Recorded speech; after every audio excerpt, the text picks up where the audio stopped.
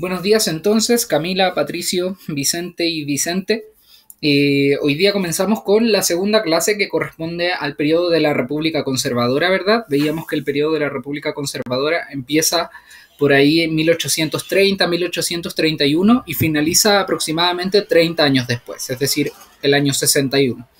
Y hablábamos de que este periodo en el fondo de la República Conservadora era el periodo que venía posterior a los ensayos constitucionales, ¿verdad? Entonces encontrábamos la independencia de Chile en primer caso, veíamos todo el proceso que se vivió a lo largo de la independencia, veíamos la figura relevante de Bernardo Higgins y también veíamos las deudas en el fondo que contraía el Estado chileno con el Estado inglés.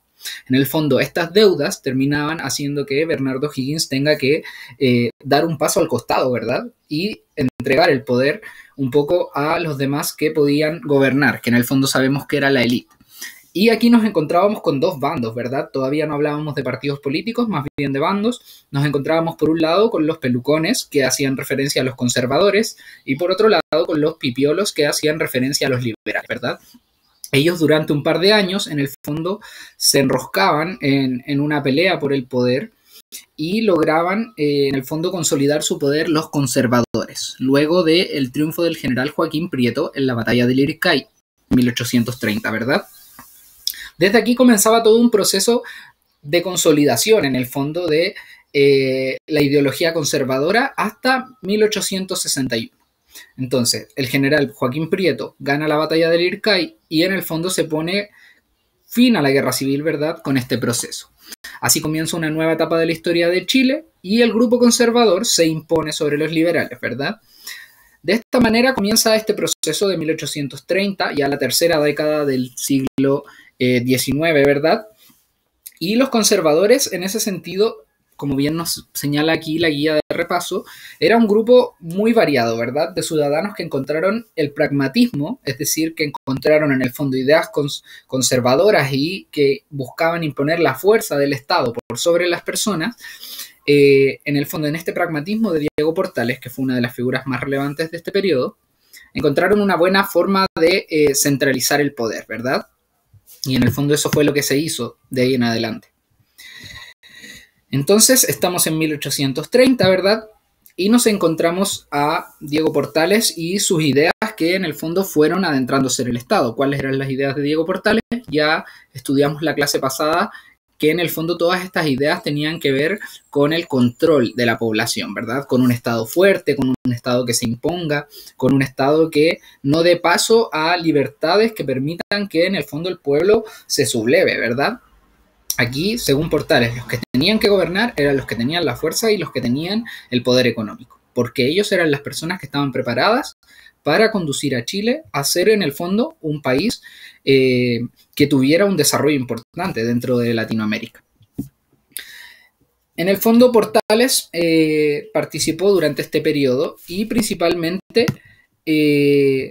trabajó hasta un poco la instauración de la Constitución de 1833. Si bien en el 31 ya se retiró del gobierno y asumió como intendente en Valparaíso, 2 años después, él en el fondo, de la mano de sus ideas, ¿verdad?, como que ayuda en la construcción de esta nueva Constitución, que es obra de Mariano Egaña, ¿verdad?, y que rige el país hasta 1925, donde se establece la segunda constitución que conocemos, ¿verdad? Hemos hablado que en Chile hasta el día de hoy existen 3 constituciones que se han en el fondo ratificado.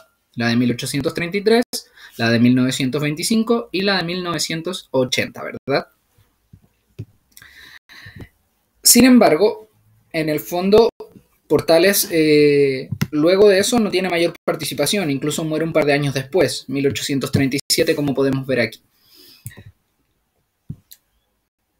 Así, en el fondo, íbamos entrando a lo que correspondía entonces a la República Conservadora, ¿verdad? Bajo las ideas de Diego Portales, que como vemos aquí, en el fondo sientan la base de que cualquier sistema político debe ser el orden, ¿verdad? El orden y la fuerza.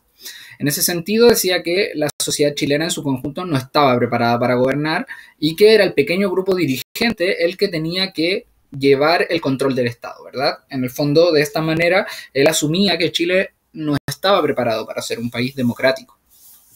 Por otro lado, Portales señalaba que mientras existiera una institución sólida, en el fondo lo más conveniente era una autoridad fuerte.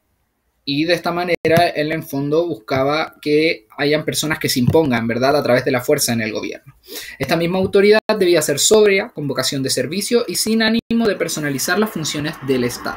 Es decir, que tenía que entender que en el fondo esa persona estaba al servicio del Estado, ¿verdad? Bueno, llevadas a la práctica las ideas de Portales, sabemos que se instauró la Constitución de 1833, pero además se sentaron las bases para los 30 años posteriores, ¿verdad? Desde 1831 entonces hasta 1861 nos encontramos con la época de los decenios, conocida así en el fondo porque todos los presidentes que hubieron fueron reelectos nuevamente y por tanto cumplieron 2 periodos presidenciales de 5 años cada uno. Entonces, nos encontramos con 3 presidentes que gobiernan 10 años cada uno, desde 1831 hasta 1841, desde 1841 hasta 1851 y desde 1861 hasta desde 1851 hasta 1861. Puesto que en el fondo era posible la reelección. Y ahí está, por ejemplo, en la imagen podemos ver a Portales, a Diego Portales, ante la élite en el fondo de Chile en ese momento. Disculpen, chiquillos, vamos a hacer una pequeña pausa. Patricio me comenta que no ve la imagen. Mi pregunta es si es el único que no la ve, chiquillos. Si es que alguien me pudiera contestar, los demás, Camila. En este momento, por ejemplo, se está proyectando una pregunta. Ana, Camila, Vicente, si es que me pudieran contestar, chiquillos, si es que ven la imagen del PowerPoint. Perfecto, debe ser... Mira, Vicente me dice que sí, Camila me dice que no. Los dos Vicentes me dicen que sí. Camila, si pudieras intentar reingresar, porque los chiquillos me comentan que sí los ven bien, entonces debe ser un problema de tu conexión más que de la plataforma. Perfecto, ahora sí. Ya, chiquillos, vamos con la pregunta entonces. En función de lo que hemos hablado hasta ahora, vamos a responder a esta pregunta todos juntos. Lo vamos a hacer a través de la encuesta. Entonces, dice así. La democracia que tanto pregonan los ilusos es un absurdo en los países como los americanos, llenos de vicios y donde los ciudadanos carecen de toda virtud, como es necesaria para establecer una verdadera república. La monarquía no es tampoco el ideal americano. Salimos de una terrible para volver a otra. ¿Y qué ganamos? La república es el sistema que hay que adoptar. En el fondo, esta es una carta que escribió Diego Portales en 1822. Entonces, lo que queremos saber desde ese texto es si para Diego Portales, y de acuerdo al párrafo anterior, ¿qué es la democracia? Tenemos en el fondo 5 opciones. La A es el régimen ideal para los países americanos, dado que la experiencia monárquica fue terrible. B, un sistema impracticable por la carencia de madurez cívica de los ciudadanos americanos. C, equivalente al sistema monárquico, pues no hace respetar los derechos individuales. D, poco adecuada para América por la inestabilidad económica existente. E, un sistema viciado que va en contra de la verdadera república. Entonces, ahora vamos a abrir una pequeña encuesta y ustedes van a tener que contestar en un lapso de 1 minuto, chiquillos. Voy a poner mientras tanto el cronómetro. Pueden volver a leer, obviamente, la pregunta completa. Incluso vamos a dar 2 minutos, mejor, para que vayan contestando con calma, lean bien la pregunta y una vez que consideren que ya están con la respuesta correcta, contestan en la encuesta, por favor. Vamos a dar entre 1 minuto y medio, 2 minutos, dependiendo de cómo vayan las respuestas. Y vemos la solución en el fondo. Recordar que esta es una carta de Diego Portales y por tanto lo que queremos saber es qué es la democracia para Diego Portales. ¿Qué implicaba la democracia para Diego Portales? Considerando en el fondo todo este contexto de, en el fondo, proceso de independencia, ¿verdad?, de Chile.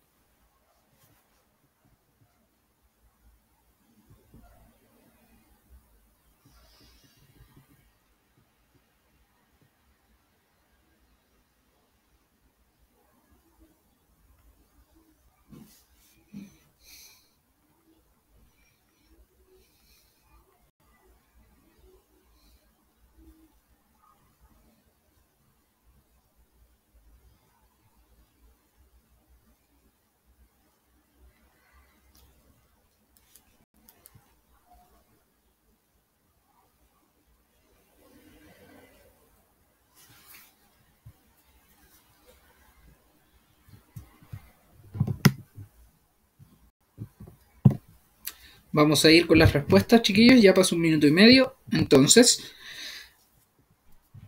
los resultados de la encuesta fueron los siguientes.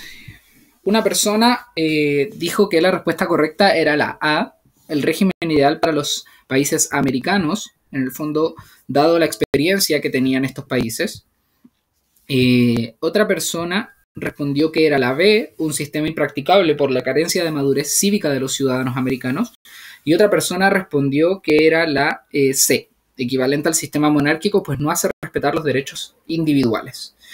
Y la respuesta correcta en este caso, vamos a volver a leer la cita y la vamos a decir. Dice, la democracia que tanto pregonan los ilusos es un absurdo en los países como los americanos. O sea que rápidamente nos dice que la democracia no es buena para los países americanos. Luego nos dice por qué. Dice, porque los países americanos están llenos de vicios y donde los ciudadanos carecen de toda virtud como es necesaria para establecer una verdadera república. Por lo tanto, no sería la democracia un sistema practicable. Entonces, la respuesta que más nos hace sentido es la respuesta B. Un sistema impracticable, ¿por qué? Por la carencia de madurez cívica de los ciudadanos americanos. Que eso es lo que nos dice. Porque dice que los ciudadanos americanos carecen de toda virtud como es necesaria para establecer una verdadera república. Vemos entonces que la respuesta correcta en este caso es la B, ¿verdad? En cuanto a Diego Portales, él pensaba que no era practicable la democracia, ¿verdad? En Chile en ese momento. Vamos ahora con la pregunta número 2 entonces, y dice así, vamos a abrir la encuesta al tiro. Y mientras la leemos, ustedes pueden ir contestando si es que quieren. Dice, el pensamiento político de Diego Portales fue fundamental en el diseño político y constitucional que se implantó en Chile en el periodo de 1830 a 1861, que en el fondo sabemos que es el periodo conservador. De los siguientes enunciados, ¿cuál da cuenta de uno de los postulados centrales del pensamiento de Diego Portales? Nuevamente volvemos al pensamiento de Diego Portales. Recordar que recién vimos sus ideas más arriba. A. La base de cualquier régimen político debía ser el orden. B. El fomento de la participación ciudadana en las grandes decisiones del gobierno. La B, Vicente. Antes era la B, la correcta. En el fondo que no estaban preparados debido a que no había preparación cívica. Los ciudadanos no tenían la madurez. Eso era lo que decía Diego Portales.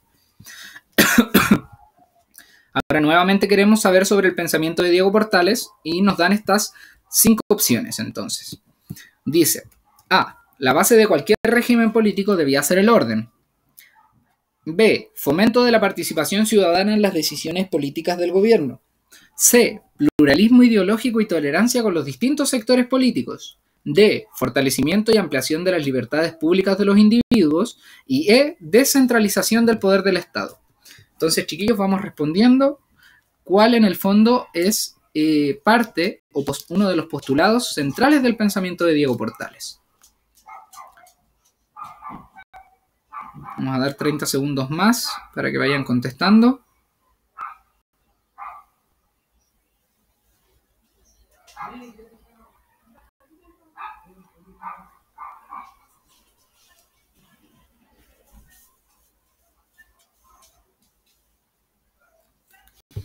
Ya, vamos entonces a publicar los resultados de la encuesta. Como podemos ver aquí, vamos a achicar un poco esto para que se vean los resultados. 3 personas votaron por la respuesta A y una por la respuesta E. Vamos de nuevo a agrandarlo un poco. Y en el fondo, cuando hablamos del pensamiento de Diego Portales, están en lo correcto, puesto de que justamente la base de cualquier régimen político para Portales debía ser el orden. Muy bien la respuesta ahí, chiquillos y chiquillas. Vamos entonces a seguir, ¿verdad? Nos encontramos con la Constitución entonces de 1833, ¿verdad? Reconocemos a esta como la primera Constitución del Estado de Chile, una Constitución llevada a cabo por Manuel José Gandarillas, que era un liberal, y el conservador Mariano Egaña, ¿verdad? En el fondo esta fue la primera constitución y se integró a el liberal Manuel José Gandarillas un poco para tranquilizar las aguas de los liberales, ¿verdad? Para que ellos sientan que estaban incluidos dentro de la constitución. De todas maneras, la constitución tenía un orden sumamente conservador, puesto de que los conservadores sabemos que eran los que estaban gobernando. Bueno, aquí podemos encontrar ciertas disposiciones generales de la Constitución de esos años, las vamos a revisar bastante rápido, puesto de que esto ya lo trabajamos en detalle en la clase pasada, ¿verdad? Bueno, había sistema de sufragio censitario e indirecto, eso significaba que había un voto, si es que tú eras ciudadano, si es que pertenecías a la ciudadanía, tenías un voto. La ciudadanía se concedía en el fondo solo a hombres mayores de 25 años, si es que eran solteros, y mayores de 21 si es que estaban casados. Pero además tenían que tener un patrimonio económico o un bien inmueble, ¿verdad? Tenían que saber leer y escribir a la vez. Había una inexistencia de incompatibilidad parlamentaria, ¿verdad? Lo que hacía que diputados y senadores también pudieran ser, por ejemplo, ministros o ocupar otros cargos públicos. Asimismo, se definió la religión católica, apostólica y romana como la religión del Estado y se excluyó el ejercicio público de otras religiones, es decir, que estaba prohibido. Sí podían ejercer otras religiones dentro de sus hogares, pero no públicamente. Por otro lado, en cuanto al presidente de la República, es decir, el Poder Ejecutivo, este duraba 5 años en el cargo y podía ser reelecto inmediatamente. Por eso hablamos de los decenios en el fondo. Por eso vemos que cada uno de estos presidentes gobernó 10 años, puesto de que eran reelectos inmediatamente. Asimismo, el presidente nombraba a los ministros y funcionarios públicos, entre ellos a los intendentes, que eran los encargados en el fondo del sistema electoral. Asimismo, era lo que convocaba, el presidente era el que convocaba el funcionamiento del Congreso Nacional. Asimismo, elegía a los jueces y también gozaba con facultades extraordinarias, como el estado de sitio y el veto de las leyes que podían ejecutar los del Congreso Nacional. O sea que si senadores y diputados en el fondo establecían una ley y al presidente no le gustaba esa ley, él podía vetarla. Por eso se dice que durante estos años el poder del presidente era muy grande, ¿verdad? Y era justamente lo que quería Diego Portales, que haya orden a través del poder del presidente. Asimismo, el presidente era el que ejercía o comandaba las Fuerzas Armadas y ejercía el derecho de patronato sobre la Iglesia. Es decir, luego nos encontramos con el poder legislativo, que tiene que ver con la Cámara de Senadores y Diputados, ¿verdad? El Poder Ejecutivo se estableció en esta Constitución de 1833 que dictaba decretos y reglamentos necesarios para la aplicación de leyes. Asimismo, podía interpelar a los ministros de Estado en caso de que estos no estuvieran haciendo bien su trabajo. Recordar que los ministros de Estado eran electos por el presidente. Y asimismo le dictaban las leyes con las que se establecía anualmente los contingentes de Fuerzas Armadas, es decir, la cantidad de dinero y personas que se iban a invertir, y el presupuesto de la nación y las contribuciones, es decir, en qué se iba a gastar el dinero del país, ¿verdad? Vemos entonces que la Constitución de 1833 no respondía claramente a un modelo presidencialista ni a uno parlamentario, sino que era una combinación entre ambos. De todas maneras, tenía más capacidad, obviamente, el presidente, que tenía mucho más poder.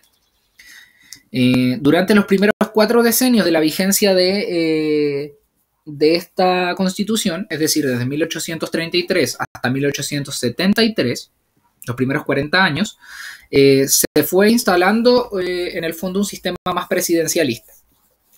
Como vemos aquí, sin embargo, desde el 71 se empiezan a generar una serie de reformas que vamos a ver más adelante. Todavía no llegamos a eso, no es tan relevante. Vamos a seguir entonces. Chiquillos, si es que llega a haber alguna duda, rápidamente por el chat, ¿verdad? Para que no vayan quedando colgados. Bueno, y aquí en el fondo nos encontramos con qué es lo que se preguntaron la élite y en el fondo los que gobernaban en Chile en ese momento, cómo debe organizarse un país naciente. Y en el fondo encontramos la solución portaliana, ¿verdad?, que decía que el Ejecutivo que tenía que tener amplias atribuciones y asimismo las libertades debían limitarse. Recordar que este mapa ya lo vimos en la clase pasada, así que también lo vamos a revisar un poco más rápido. La solución portaliana entonces estableció un gobierno fuerte, ¿verdad?, con un presidente que tenía mucho poder, Asimismo, era un gobierno centralizado, es decir, que no era federal, sino que todo se establecía desde el presidente hacia afuera, que estaba en Santiago, y el gobierno buscaba restablecer el orden. Por eso también tenía que ser, justamente como decíamos, un gobierno bastante fuerte. En ese sentido, se estableció que Chile debía dominar el Pacífico Sur y se rechazó la doctrina Monroe, que era una doctrina que estaba intentando imponer el Estado estadounidense sobre toda Latinoamérica. Se erige en el fondo de esta manera un orden público que será la base del Estado hasta 1891, es decir, la Constitución del 33. Esta Constitución sabemos que estableció dos poderes, ¿verdad? El poder legislativo y el poder ejecutivo. Poder ejecutivo, presidente; poder legislativo, Cámara de Diputados y senadores. En cuanto al poder ejecutivo, nos damos cuenta de que dentro de sus características, y como vimos también anteriormente, él es el que nombra a sus colaboradores, es decir, a los ministros y a los intendentes, a la vez nombra a los jueces, dicta los estados de excepción y dispone del derecho a veto en el caso de que senadores y diputados legislen cosas que él no considera importantes o relevantes para el país en ese momento. El poder legislativo, por su parte, sabemos que depende un poco del poder ejecutivo porque puede ser puesto en tela de juicio con este derecho a voto, pero era el encargado de legislar, fiscalizar a los ministros del Estado y aprobar o rechazar las leyes periódicas, entre ellas, por ejemplo, la del presupuesto nacional, es decir, qué hacer con el dinero del país.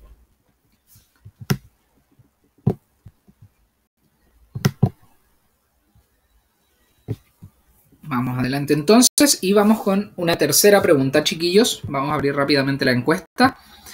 Y la tercera pregunta nos dice lo siguiente.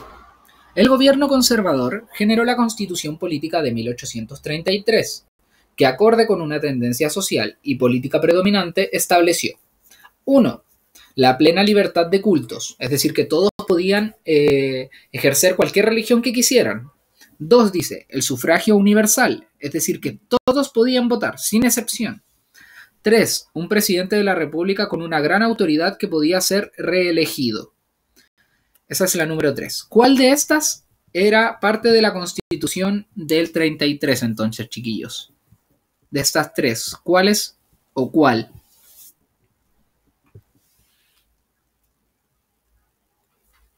Vemos la 1 entonces, la plena libertad de culto, que significa que cualquiera puede tener cualquier religión, pública o privadamente. El sufragio universal dice que todos pueden votar. Y el 3, que el presidente era la gran autoridad, ¿verdad? Y podía ser a la vez reelecto. Vamos a dar 30 segundos más para que puedan ir contestando. Y luego vamos a revisar.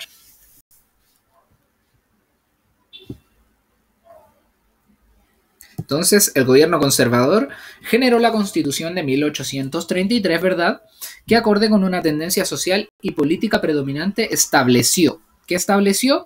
En este caso, chiquillos, la respuesta correcta era la letra C. Solo 3. Eso era lo que establecía la Constitución. La Constitución del 33 no establecía la libertad de cultos porque establecía que la religión oficial era la religión católica, apostólica y romana. El sufragio universal, menos, puesto de que solo podían votar algunas personas. Sabemos que eran los hombres, solo los hombres, por ejemplo. Solo hombres casados mayores de 21 o solo hombres solteros mayores de 25 y que además tenían que tener un bien inmueble, saber leer y saber escribir. O sea que las posibilidades de votar eran bien escasas. En ese sentido no existía un sufragio universal. Mientras que sí se establecía que tenía que haber un presidente con gran autoridad y que podía ser reelecto. Entonces, en este caso, la respuesta correcta es la C. Y ahora vamos de lleno con quiénes fueron los presidentes durante estos 3 periodos, ¿verdad? Entre 1831, entonces, y 1861 sabemos que hubieron 3 presidentes. El primero de ellos es José Joaquín Prieto, el segundo de estos es Manuel Bulnes y el tercero es Manuel Montt. Entonces, José Joaquín Prieto gobierna 10 años, desde el 31 hasta el 41. Manuel Bulnes, otros 10 años, desde el 41 hasta el 51. Y Manuel Montt, desde el 51 hasta el 61. Recordemos que cada uno fue electo 2 veces presidente, porque se podía reelegir inmediatamente. Es decir, cada uno cumplió 2 periodos de 5 años. Entonces, se dice que, bueno, acá la guía, en el fondo la diapositiva, nos señala que algunos historiadores denominan este periodo como república autoritaria, puesto de que eran un régimen político súper centralista y autoritario, como hemos visto, desde las ideas de Diego Portales en adelante. Pero también es reconocido como el periodo conservador, ¿verdad? Los dos nombres hacen referencia de buena manera a las características del periodo. Entonces nos vamos a encontrar primero con el gobierno de José Joaquín Prieto, ¿verdad? Que es el hombre que vemos aquí a continuación. Este gobierno fue desde 1831 hasta 1841, ¿bien? Y estableció en un primer caso la Constitución de 1833. Ese es como el rasgo más importante de este gobierno. Luego nos encontramos con que también tuvo que hacer frente a la guerra contra la Confederación Perú-Boliviana, ¿verdad? Reconocimos esa guerra y establecimos ciertos criterios de la misma la clase pasada. Por otro lado, se descubre el mineral de plata de Chañarcillo. Asimismo, se crean los almacenes francos de Valparaíso, haciendo que Valparaíso se vuelva un puerto comercial sumamente relevante para toda América y prácticamente el mundo en ese momento. Por otro lado, se dictan una serie de importantes medidas de carácter comercial, como la ley de cabotaje y la ley de exportación de minerales. Todo esto con el fin de cobrar ciertos impuestos que beneficiaran en el fondo al Estado a la hora de comerciar con ciertos productos, ¿verdad? Ese entonces es el primer gobierno de José Joaquín Prieto, los primeros 10 años. Vemos que la Constitución entonces era el elemento más destacable. Bueno, aquí vamos a hacer un alto también para establecer algunos criterios o elementos de la guerra contra la Confederación Perú-Boliviana. Vemos que José Joaquín Prieto gobierna desde el 31 hasta el 41. Y desde el 36 hasta el 39 se da esta guerra.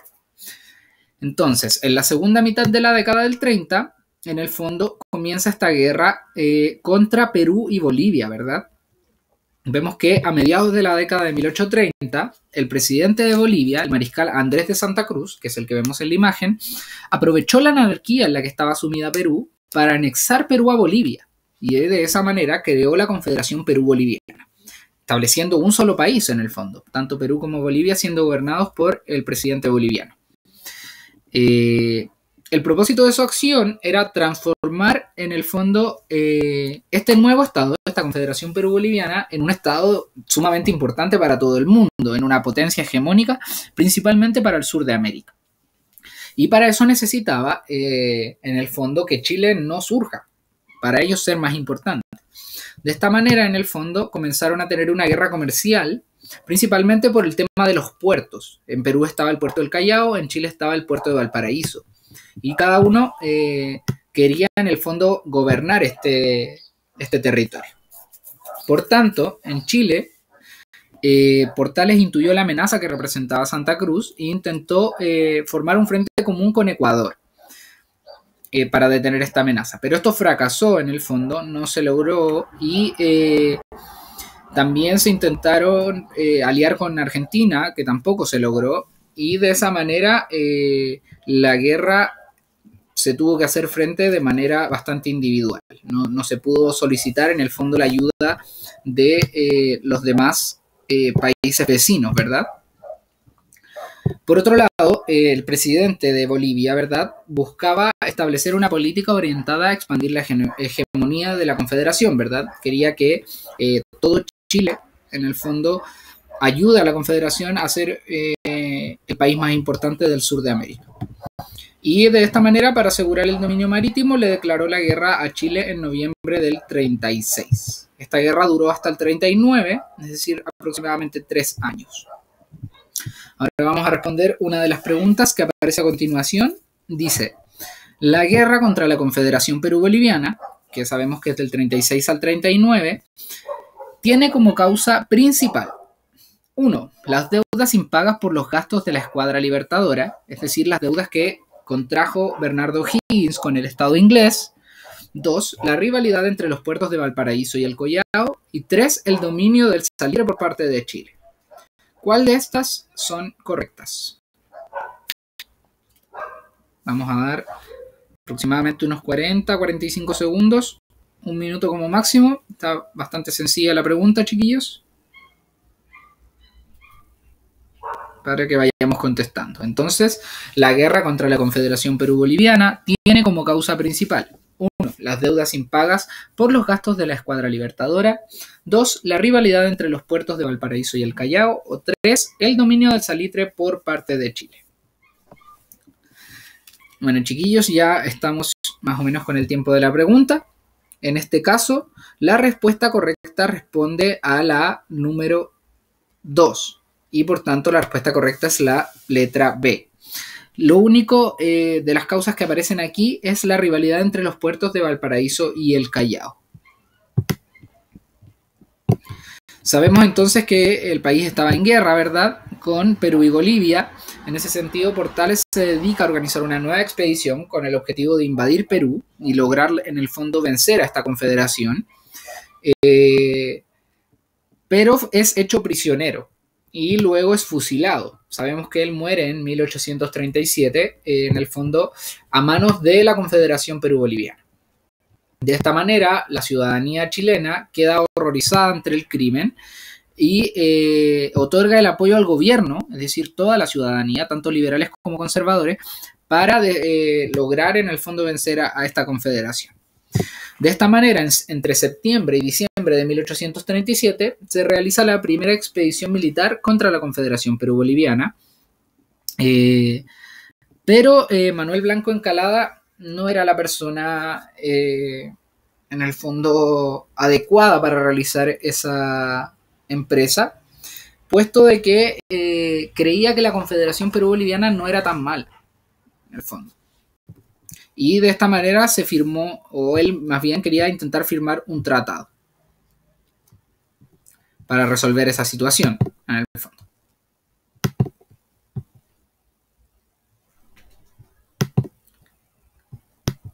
Vamos.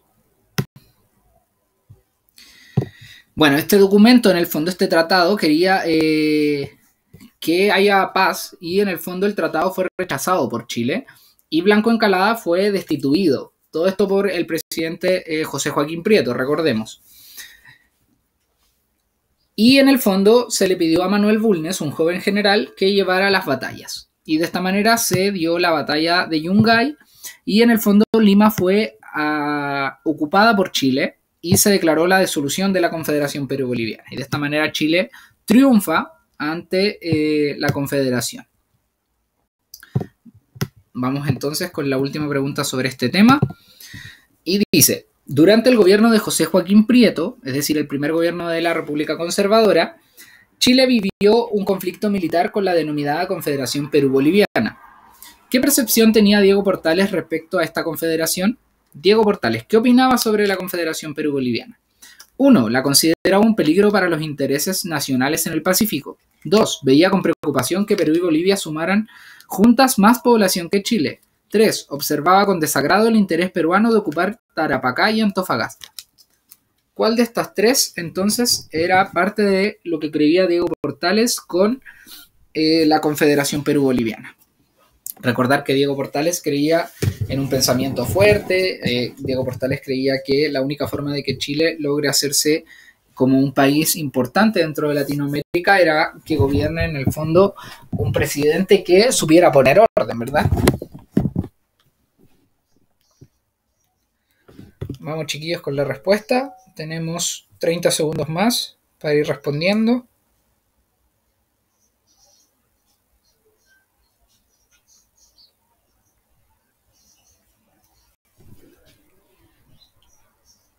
Para saber, en el fondo, qué percepción tenía Diego Portales sobre la Confederación Perú-Boliviana.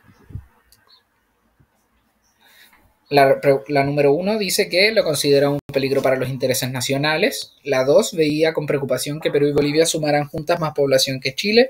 Y 3 observaba con desagrado el interés peruano de ocupar Tarapacá y Antofagasta.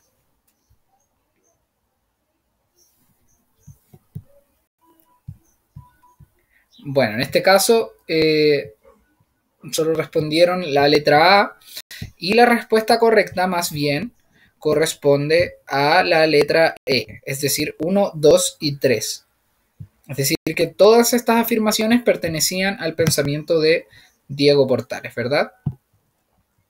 Bueno, después en Entonces, 1841, para el segundo decenio de la República Conservadora, en el fondo se hacen elecciones presidenciales, gana el segundo presidente, Manuel Bulnes, luego de ser héroe en la Guerra de la Confederación, y así comienza en el fondo su nuevo y su primer, en el fondo, periodo de gobierno. Vemos entonces que el general Manuel Bulnes y el luego presidente Manuel Bulnes, quien es el de la imagen, gobierna desde 1841 hasta 1851. Durante este periodo se dan los siguientes hechos. En primer caso, la ocupación de Magallanes. Luego también se dicta la ley de colonización. Asimismo, se dicta la colonización de Valdivia.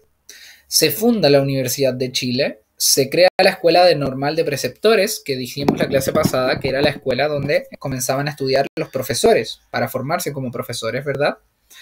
Y también se da un auge agrícola ante la apertura de nuevos mercados con los que comerciar, principalmente el mercado de California y Australia. Asimismo, de la mano de Manuel Bulnes se genera un desarrollo educacional, como veíamos. En el fondo se abre esta Escuela Normal de Preceptores. También en 1800 se crea en el fondo la Ley Orgánica de la Enseñanza Primaria y Normal. Esto más adelante, pero la misma Escuela Normal de Preceptores es un primer paso para esa Ley Orgánica de la Enseñanza, que establecía la primaria obligatoria, ¿verdad? Y gratuita. Por otro lado, en 1842 se funda la Universidad de Chile como una de las universidades más reconocidas a día de hoy en Chile. No es la primera, pero sí una de las más importantes.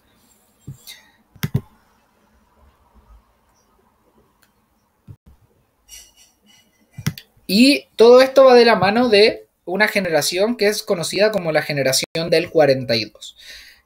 ¿Por qué es conocida la generación del 42? Principalmente porque se comienzan a dar a conocer una cantidad de jóvenes que no disimulan su interés por los problemas del gobierno y que en el fondo comienzan a, desde un plano ilustrado, generar diferentes corrientes que vienen desde Europa principalmente. Aquí vemos algunos ejemplos como José Victorino Lastarria, Salvador Sanfuentes, Santiago Arcos, Francisco Bilbao, Federico Errázuriz, Domingo Santamaría, Eusebio Lillo, Alberto Blés Gana, Diego Barros Arana, Benjamín Vicuña Maquena, entre otros. Ellos serían los protagonistas de movimientos de opinión y de intentos revolucionarios de la configuración de un ideario que recogía el utópico progresismo del siglo XVIII. Es decir, que buscaban ir en contra de estos conservadores que estaban gobernando, ¿verdad? Muchos de estos jóvenes a día de hoy son considerados parte de una sociedad literaria de Santiago que es conocida como la generación del 42.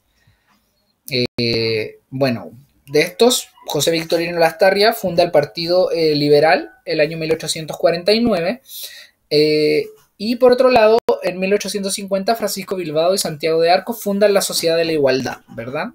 La cual es disuelta un año más tarde y sus fundadores son exiliados por el gobierno, puesto de que no iban o tenían ideas en contra del gobierno, ¿verdad?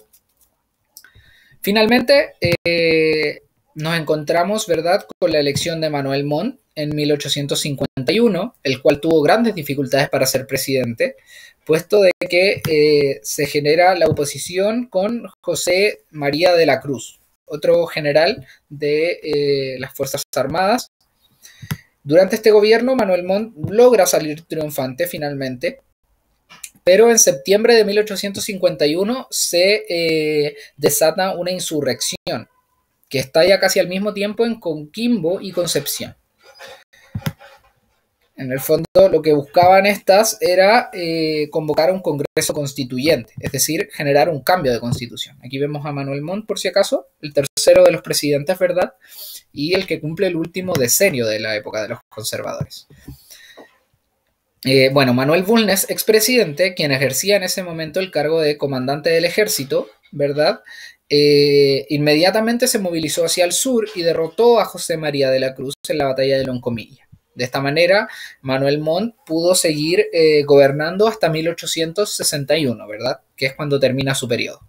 Bueno, aquí, como decíamos, tenemos una imagen de Manuel Montt Y su gobierno dura desde 1851 hasta 1861, siendo el último de los 3 decenios de la República Conservadora, o de la República Autoritaria, como también es conocida. ¿Qué hitos son importantes para este gobierno? Se abolen se genera en el fondo la abolición de los mayorazgos. Por otro lado, entra en vigencia el Código Civil, ¿verdad? Bastante relevante. Asimismo, se da la Ley de Instrucción Primaria, que era lo que veíamos anteriormente, en 1851. Se funda la Escuela de Artes y Oficios. Se crea también el ferrocarril de Santiago a Valparaíso. Por otro lado, se coloniza la 10ª región, es decir, la región de los lagos, la que actualmente conocemos como la 10ª región.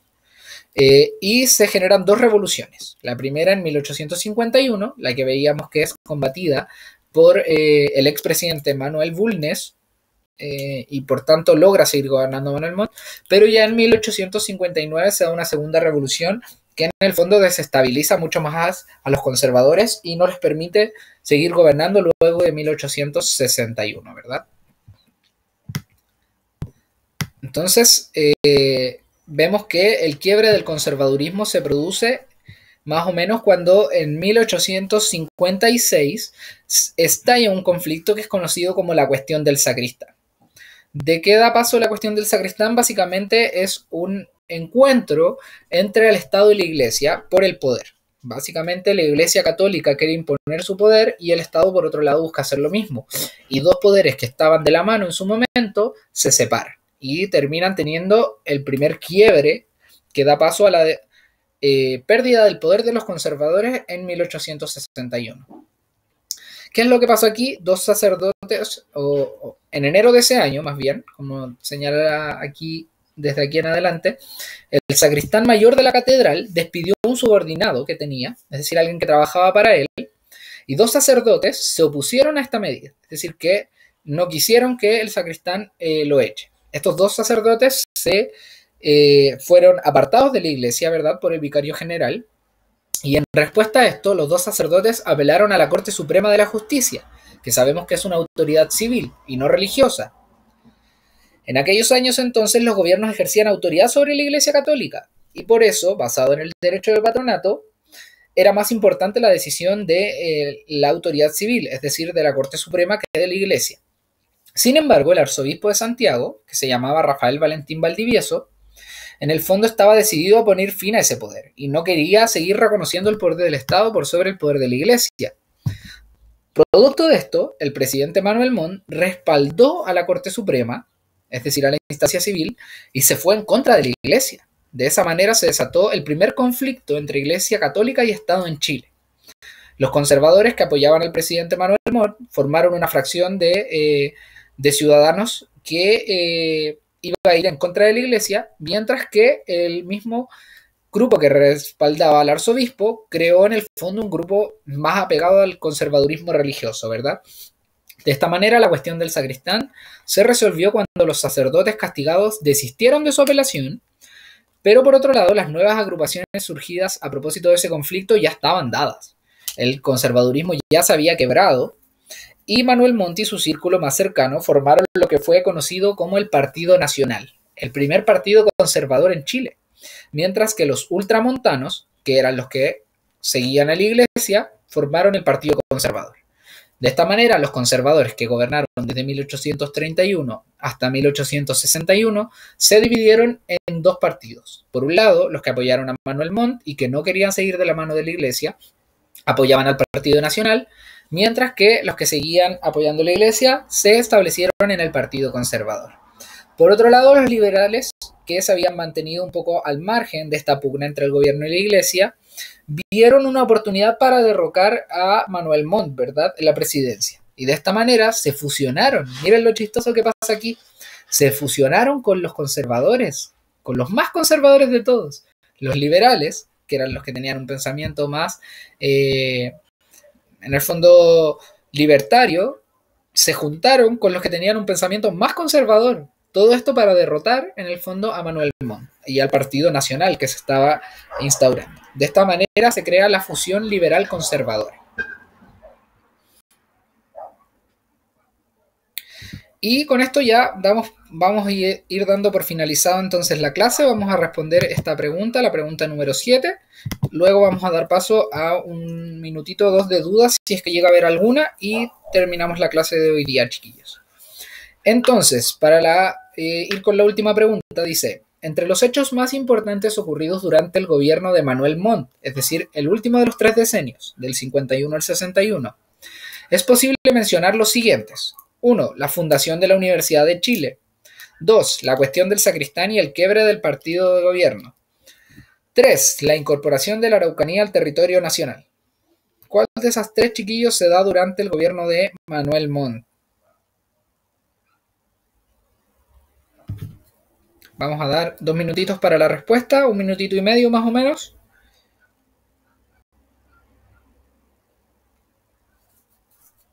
Entonces, entre los hechos más importantes ocurridos durante el gobierno de Manuel Montt, es posible mencionar los siguientes. 1. La fundación de la Universidad de Chile. 2. La cuestión del sacristán y el quiebre del partido de gobierno. O 3. La incorporación de la Araucanía a territorio nacional.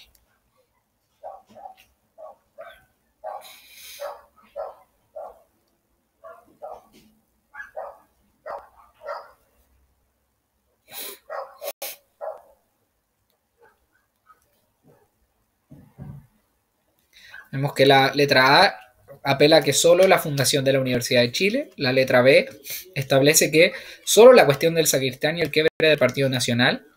La letra C, solo la fundación de la Universidad de Chile y la cuestión del sacristán con el quiebre del partido de gobierno, es decir, los conservadores. La D, la cuestión del sacristán y el quiebre del partido, más la incorporación de la Araucanía. Y la E, todas las anteriores. Vamos a ir, chiquillos, con la respuesta entonces. En este caso, la respuesta correcta es la letra B, es decir, solo 2. ¿Por qué? La fundación de la Universidad de Chile fue en 1842, es decir, que se creó durante el gobierno de Manuel Bulnes. Por otro lado, la cuestión del sacristán y el quiebre del partido de gobierno sí se dio durante el gobierno de Manuel Montt, en 1856, es decir, que sí corresponde. Mientras que la incorporación de la Araucanía al territorio nacional todavía no se daba y solo se vino a dar en 1881, cuando inició recién la ocupación de la Araucanía. O sea que 20 años después de que termina el gobierno de Manuel Montt. Eso sería entonces la clase de hoy día, chiquillos. Vamos a ver si queda alguna duda, alguna consulta.